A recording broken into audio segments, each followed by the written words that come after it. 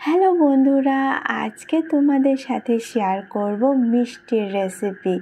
দুধ আর গুঁড়ো দুধ দিয়ে তৈরি হবে এই ডেজার্ট রেসিপি। একেবারে সহজ, খেতে কিন্তু দারুণ স্বাদের হয় আর বানানো একেবারে ইজি। সর্বপ্রথম একটা প্যানে দেব হাফ চামচ ঘি, এর সাথে অ্যাড করব 1 কাপ দুধ। দুধটা যদি অ্যাভেলেবেল না থাকে, শুধু গুঁড়ো দুধ দিয়ে বানানো যাবে, সেক্ষেত্রে একটু গরম জল করে গুঁড়ো দুধটা মিক্স করে নিতে হবে 1 কাপ মতো। এখানে অ্যাড করব 1.5 কাপ গুঁড়ো দুধ।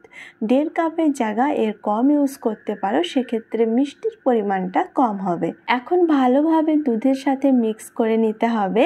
এখানে একটা ধ্যান রাখতে হবে যে দুধটা যখনই গরম হয়ে উঠবে তখনই গুঁড়ো দুধটা অ্যাড করতে হবে।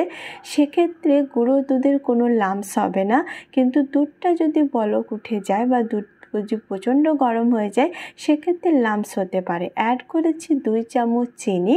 গুঁড়ো দুধটা যেহেতু খুব মিষ্টি হয়, তাই চিনির পরিমাণটা এখানে কম ইউজ করতে হবে। 2 চামচ মতো চিনি আমি ইউজ করেছি, তবে নিজের পছন্দ মতো মিষ্টিটা বাড়িয়ে বা কমিয়ে নেওয়া যাবে। খুব ভালোভাবে এটাকে এখন মিক্স করতে থাকতে হবে। এভাবেই ধীরে ধীরে দেখতে পাবে এটা একটা ডোয়ের শেপ নিয়ে নেবে আর প্যান থেকে একেবারে আলাদা হয়ে যাবে। এইভাবে ধীরে ধীরে হতে থাকবে। খুব বেশি সময় লাগে না এই মিষ্টির ডেজার্টটা বানাতে। মার্কেটে অনেক ধরনের মিষ্টি আমরা খেয়ে থাকি, তবে গুঁড়ো দুধ দিয়ে তৈরি এই মিষ্টির রেসিপি একবার বাড়িতে বানালে সবার কিন্তু খুব পছন্দ হবে। যে কোনো গেস্ট আসলে বা রমজান আসছে, তো ইফতারেও এটাকে সার্ভ করা যাবে। তো এখন এটা ভালোভাবে রেডি হয়ে গেছে, একটা ডোয়ের শেপ নিয়ে নিয়েছে আর প্যান থেকে একেবারে আলাদা হয়ে গেছে, দেখতে পাচ্ছ। এখন এটা পুরোপুরি ঠান্ডা করে নিয়েছি। ঠান্ডা করার পরে এখানে একটা ট্রেতে দিয়ে দিয়েছি ঘি। ঘিয়ের জায়গা হালকা একটু তেল লাগিয়ে নিলেও চলবে, যাতে এটা যে কোনো পাত্রে না লেগে যায়। এখন এই ডোটাকে ভালোভাবে মথে নিতে হবে, তারপরে মিষ্টিগুলো শেপ দিতে হবে। তবে এই মিষ্টিটা যে কোনো শেপে বানানো যাবে। এখানে আমি একটা নিজের পছন্দ মতো ডিজাইন বানিয়ে নিয়েছি, তবে যে কোনো শেপে এটা বানানো যাবে। ভালোভাবে মথে নিলে একেবারে স্মুথ হয়ে যাবে আর তখন যে কোনো ধরনের শেপ দেওয়া যাবে। এখন এটা একটা রোলের মতো পাকিয়ে নিচ্ছি, আর রোল পাকিয়ে নেওয়ার পরে এখান থেকে ছোট ছোট করে টুকরো টুকরো করে কেটে নেব। নাইফ দিয়ে এইভাবে ছোট ছোট পিস করে কেটে নিতে হবে। এখানে 1.5 কাপ গুঁড়ো দুধ ইউজ করেছি, আর দেখতে পাচ্ছ কতগুলো মিষ্টি তৈরি হয়ে যাবে। তো সেই অনুসারে যতটা বানাবে সেই অনুসারে এখানে গুঁড়ো দুধটা ইউজ করতে হবে।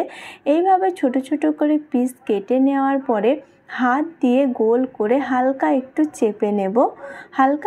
চেপে নেব। তবে রাউন্ড শেপে বলস বানাতে চাইলেও এই মিষ্টিগুলো কিন্তু তৈরি হয়ে যাবে, আর কোনো ডিজাইন বানানোর দরকার নেই।